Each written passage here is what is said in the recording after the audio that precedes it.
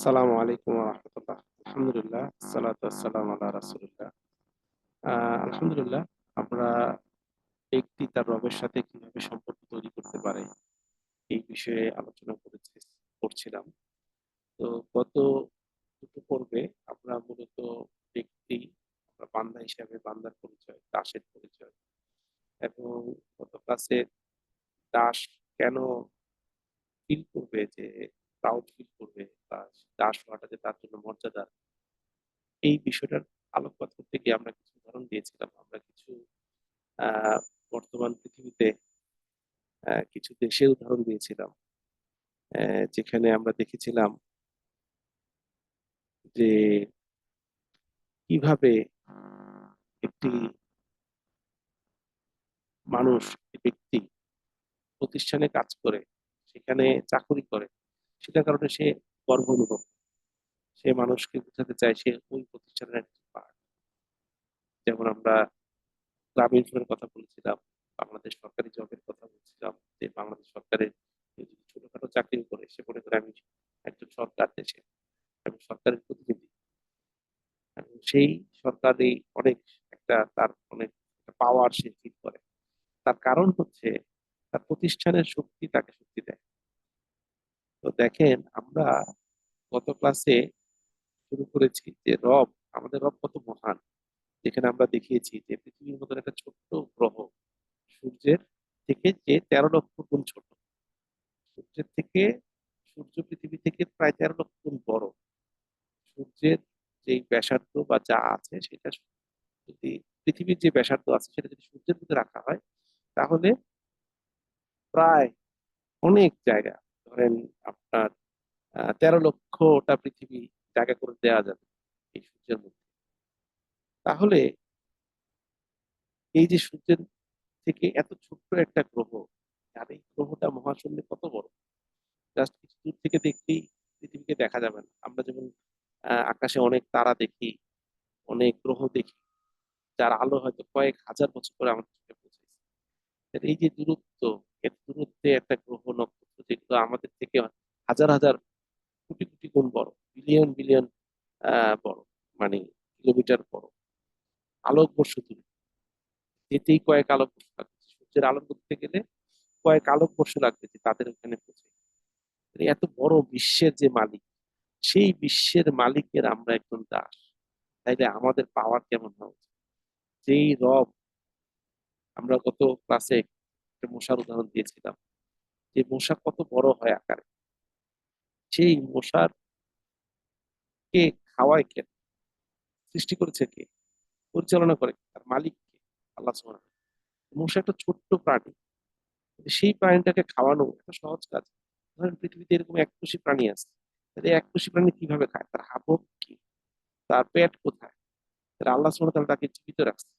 আমরা বহুকোষী প্রাণী, বহুকোষী প্রাণীকে আল্লাহ কিভাবে জীবিত রাখছে, তার কিভাবে বংশ বিস্তার করে, এককোষী প্রাণী কিভাবে বংশ বিস্তার করে? আল্লাহ সুবহানাহু ওয়া তাআলা সবার খালিক, তিনি সবার মালিক এবং তিনি সবাইকে পরিচালনা করেন। এই মহান রবের একজন দাস, যে নিজেকে দাস হিসেবে পরিচয় দেয়, তাকে কি গর্ববোধ করবে না? আর যে মনে করে যে না তার কোনো রব নাই, আল্লাহ তার রব না, তাহলে সে আসলে কার দাস? তার মানে তার রব কেউ না। তাহলে সে তো আসলে স্বীকৃত ভাবে, যে একটা লোক যদি বলে আমি বেকার, আমি কোনো জায়গায় চাকরি করি না, কারোর দাস না, তাহলে তার কি সমাজে দাম থাকে? থাকে না। আর আমরা আল্লাহ সুবহানাহু ওয়া তাআলার গোলামি করি, আল্লাহ সুবহানাহু ওয়া তাআলার দাস যদি নিজেকে অনুভব করতে পারি যে আমি আল্লাহর দাস, হ্যাঁ, এতে আমার বিনয় থাকবে, অ্যাজ ওয়েল এজ আমার আত্মমর্যাদা বোধ থাকবে। একজন লোক বাংলাদেশের কনটেক্সটে গ্রামীণ ফোনে কাজ করে, একজন লোক আমেরিকার কনটেক্সটে টেসলায় কাজ করে, অথবা নাসায় কাজ করে। নামটা বললেই বুঝতে পারি যে না, সে অনেক কোয়ালিফাইড একজন লোক। তাহলে নাসাতে সে কিভাবে চান্স পাইলো, সে কিভাবে টেসলাতে কাজ করে, সে কিভাবে গ্রামীণ ফোনে কাজ করে, অথবা সে কিভাবে একজন বিসিএস ক্যাডার হয়েছে বা বাংলাদেশ সরকারের গভর্নমেন্টের চাকরিতে। তাইলে সে, আমরা যেই শুনতেছে সে ফিল করছে একটা কোয়ালিফাইড লোক। তাহলে আমরা আল্লাহর দাস, মানে আমরা মুসলিম। তাহলে আমাদের মধ্যে সেই মুসলিম হওয়ার অনুভূতিটা কোথায়? আমরা যে আল্লাহর দাস, আমরা কার দাস? কত বড় রবের দাস, কত মহান রবের দাস। তাহলে আল্লাহর পরিচয় বুঝতে হইলে আসলে আল্লাহকে আল্লাহর নামগুলো দিয়ে চিনতে হবে। তো আমরা আজকে সেখান থেকেই শুরু করবো ইনশাআল্লাহ। যে আমরা কার দাস। হ্যাঁ, আমরা গতদিন সূরা ইখলাস দেখেছিলাম যে আল্লাহ নিজের পরিচয় দিয়েছেন। তা আল্লাহর সুন্দর সুন্দর নাম আছে, সেই নামগুলোর মাধ্যমে আমরা আল্লাহকে চিনতে পারি। হ্যাঁ, যে আজকে আমরা আল্লাহর নাম নিয়ে আলাপ করবো, যে আল্লাহর পরিচয়ের একটা বড় পার্ট হচ্ছে আল্লাহর ৯৯টা নাম। আসলে আল্লাহর আরো অনেক নাম আছে, এই নামগুলো আমরা জানি। হ্যাঁ, এর বাইরেও আল্লাহ সুবহানাহু ওয়া তাআলার অনেক নাম আছে। সেই নামগুলো কি, সেটা নিয়ে আমরা আজকে কিছুটা আলোকপাত করবো, যে আল্লাহর ৯৯টা নাম জানলে কি হবে, আল্লাহ সম্বন্ধে আমাদের একটা ধারণা হবে, আল্লাহ সম্বন্ধে আমরা বুঝতে পারবো যে আমরা কার বান্দা, কার দাস, কার গোলাম। দেন আমি এই রবের সাথে আমার সম্পর্ক তৈরি করবো। আল্লাহর নাম জানার মাধ্যমে আমরা সম্পর্ক তৈরি করার প্রথম স্টেপে যেতে চাই। সেই প্রথম ধাপটা কি, যে আমরা আল্লাহকে ডাকবো। কি নামে ডাকবো? আল্লাহকে আল্লাহ নামে ডাকাটাই সর্বশ্রেষ্ঠ নাম আল্লাহ। কিন্তু আল্লাহর আরো সুন্দর সুন্দর নাম আছে। আল্লাহ তাআলা বলেছেন, সুন্দর সুন্দর নাম আল্লাহরই, সুতরাং তোমরা তাকে সেসব নাম দ্বারা ডাকো। আল্লাহ কোরআনে বলতেছেন যে তোমরা তো আল্লাহকে না আল্লাহ নামে ডাকি আমরা। তো সাথে সাথে আল্লাহ যে সুন্দর সুন্দর নাম আছে, যে নামগুলো শুধুমাত্র আল্লাহ সুবহানাহু ওয়া তাআলার জন্য খাস, এবং সেই নামগুলো ধরে আল্লাহকে ডাকলে আল্লাহ অবশ্যই খুশি হবেন। তাহলে আল্লাহর সাথে আমাদের একটা সম্পর্ক তৈরি হবে। দেখেন পৃথিবীর বুকে আমরা রাজাকে দেখছি, যখন রাজার প্রচলন ছিল, রাজাকে অনেক সম্মানের সাথে ডাকা হয়। রাজা কে এতে খুশি হয় না? খুশি হয়। তা আল্লাহ সুবহানাহু ওয়া তাআলা রাজাধিরাজ, সব রাজার রাজা। হ্যাঁ, বিশ্ব বিশ্ব জাহানের মালিক, বিশ্ব জাহানের রাজা। তাহলে তাকে আমরা যদি শুদ্ধ নামে না ডাকি, তাহলে কাকে ডাকবো? তাহলে তাকে ডাকার কারণে আমার অন্তরে তার প্রতি ভালোবাসা তৈরি হবে, এবং তার ভালোবাসা আমার প্রতি আসবে। তাহলে আমরা বললাম যে আমরা যে আমার ব্যক্তির সাথে রবের যে সম্পর্ক তৈরি করবো, তার প্রথম পদক্ষেপে আমরা আল্লাহকে চিনি, আল্লাহর নাম শুধু জানবো, এবং সেই নামগুলো আমরা শিখবো। তাহলে এটা আমাকে জান্নাতে নিয়ে যাবে, যেটা রাসূল সাল্লাল্লাহু আলাইহি ওয়াসাল্লাম আমাদেরকে জানিয়েছেন, যে আল্লাহর ৯৯টি নাম আছে। তার মানে ৯৯টি নামে সীমিত না, ৯৯টি নাম আমরা জানি। যে ব্যক্তি এগুলো শিখবে এবং বুঝবে, সে জান্নাতে প্রবেশ করবে। এবং এটা বুখারী এবং মুসলিম দুই জায়গায় এই হাদিসটা, ওয়ার্ডিংটা কাছাকাছি, হয়তো একটু ডিফারেন্ট হইতে আছে, কিন্তু ব্যাপারটা, থিমটা হচ্ছে এটা, যে আল্লাহর ৯৯টি নাম আছে, যে এই নামগুলো শিখবে। দেখেন আমরা এই যে আসমাউল হোসনা ৯৯টি নাম শিখবো বলতেছি, যে এবং আল্লাহর নাম জেনে আল্লাহকে ডাকবো, তাহলে কি হবে, আল্লাহকে আমরা চিনতে পারবো। এবং আল্লাহকে যখন এই সুন্দর সুন্দর নাম ডেকে আল্লাহকে আমরা চাবো, তাহলে যে দোয়াগুলা করবো, দোয়াগুলো কবুল হওয়ার সম্ভাবনা বেড়ে যাবে। এবং এতে কি হবে, আল্লাহর প্রতি আমার বিশ্বাস, যে যেই মহান আল্লাহকে আমরা চিনি, সেই মহান আল্লাহ চেনার কারণে আমার কি হবে, তার প্রতি আমার ভালোবাসা বহু গুণে বেড়ে যাবে। এবং কি হবে, আমার মনে আসবে শান্তি, প্রশান্তি, যে আমরা এমন রবের মালিক, রবের দাস, যিনি আমাকে ভুলে যাবেন না, যিনি আমাকে সবসময় দেখতেছেন। এবং তার সাথে যখন কানেকশন থাকবে, পৃথিবীর কোনো দুঃখ কষ্ট, মানুষ মনে করবে আপনি অনেক দুঃখ কষ্ট আছেন, কিন্তু আপনি জানেন এই দুঃখ কষ্টে আপনি আল্লাহকে ডাকতেছেন, তখন আপনার মনের মধ্যে একটা প্রশান্তি আল্লাহ দিয়ে দিবেন। ফলে কি হবে, আপনি যে জীবনটা পরিচালনা করবেন, যতদিন আপনি আর হায়াত আছে, তো সেই আল্লাহর গুণাবলী সমূহ আপনি চেষ্টা করবেন যে আল্লাহর এই গুণের অধিকারী, আমিও এই গুণের অধিকারী হতে পারি কিনা আল্লাহর বান্দা হিসাবে। আল্লাহ যেমন সূরা ফুরকানে তার বান্দাদেরকে বলছে রহমানের বান্দা, রহমানের বান্দা। আল্লাহ নিজেকে রহমান বলেছে, তিনি দয়ালু, অসীম দয়া, অসীম ভালোবাসা যার, তার বান্দা যারা, তারাও এরকম দয়ালু হবে তার বান্দা, তার মাখলুকের প্রতি। এরকম জাস্ট উদাহরণ বললাম। তো এইভাবে করে আমরা আসমা হusna গুলো শিখবো। দেখেন আমরা নিজেদেরকে যদি জিজ্ঞেস করি, আমরা আসলে কয়টা নাম জানি? হ্যাঁ, যে নামগুলো অলরেডি জানি আমরা, ধরেন আমরা মাশাআল্লাহ হয়তো ২০-২৫টা নাম হয়তো জানি, কিন্তু তারপরে, তো দেখেন আমরা যে নামগুলো জানি, আর রহমান পরম দয়ালু, আর গফুর মহা ক্ষমাশীল, তার মানে আমার যতই গুনাহ থাকুক, আমরা এই নাম যখন জানবো যে আল্লাহ সুবহানাহু ওয়া তাআলা ক্ষমা করতে পারেন, সো আমার কোনো ভয় নেই, আল্লাহ ইনশাআল্লাহ আমার যত বড় গুনাহ থাকুক আল্লাহ ক্ষমা করবেন। আল আলিম, আল্লাহ সব জানেন, আমি জানি না, আল্লাহ জানেন। আল হাকিম, আল্লাহ প্রজ্ঞাময়, এবং আল্লাহ শ্রেষ্ঠ বিচারক। হ্যাঁ, তা এই জিনিসটা আমাদের মধ্যে কি করবে, যে আল্লাহর সামনে আমাদের হিসাব দিতে হবে, তখন আমার মধ্যে একটা অনুভূতি ক্রিয়েট হবে। তো এইভাবে করে ৯৯টা নাম, যে দেখেন প্রত্যেকটা নামের আগে আল বা আর শব্দটা আছে।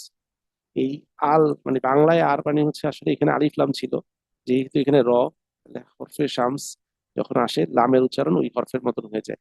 আর রহমান, তো যেমন আহ তো এই যে আর রহমান, আর রাহিম, তাহলে এইখানে প্রত্যেকটা আগে আলিফ লাম আছে।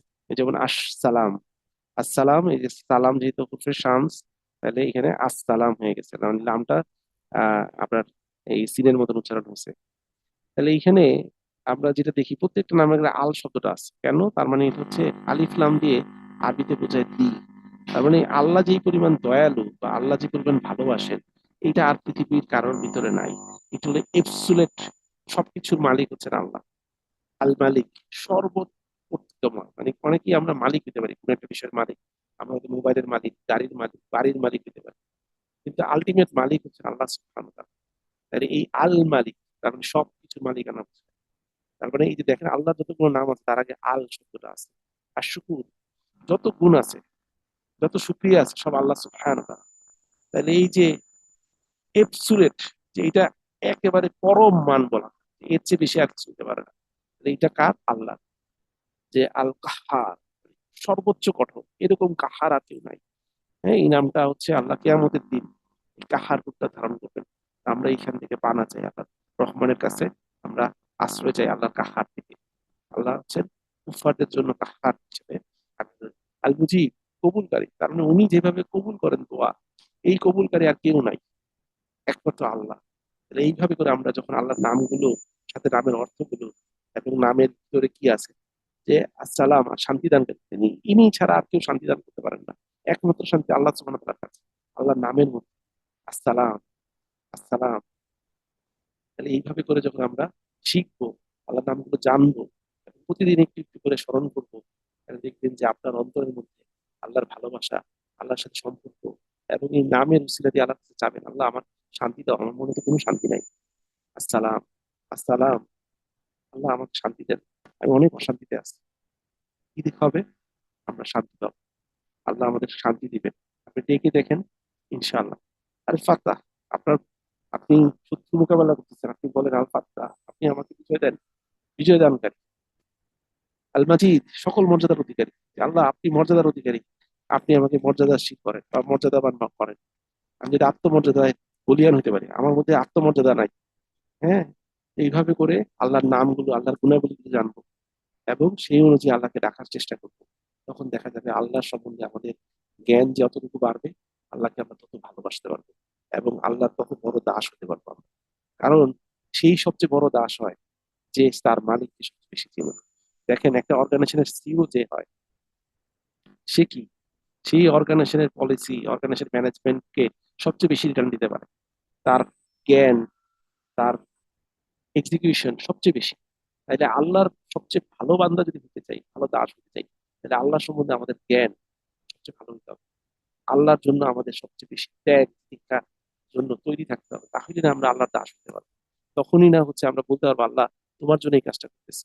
তো এগুলো নিয়ে আমরা ছোট ছোট করে প্রতিদিন কিছু না কিছু আলাপ করবো, এবং এগুলো আমাদেরকে ইনশাল্লাহ আমাদের চলার পথে দিবে।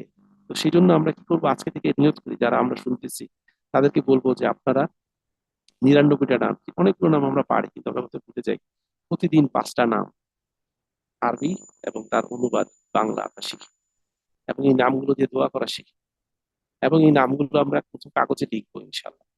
এবং এটা আমরা চেষ্টা করবো আমার পরিবারের লোকদেরকে শিখাইতে, এবং আমরা নামগুলো দিয়ে আমল করার চেষ্টা করছি। হ্যাঁ, প্রতিদিন আমরা 33 বার এই নামটা ডাকছি, আল্লাহকে এই নামটাকে স্মরণ করার চেষ্টা করি, যে আল্লাহ আসসালাম, আসসালাম, আসসালাম, আর শুকুর, আল্লাহ তুমি হচ্ছে সব কিছুর গুণগ্রাহী।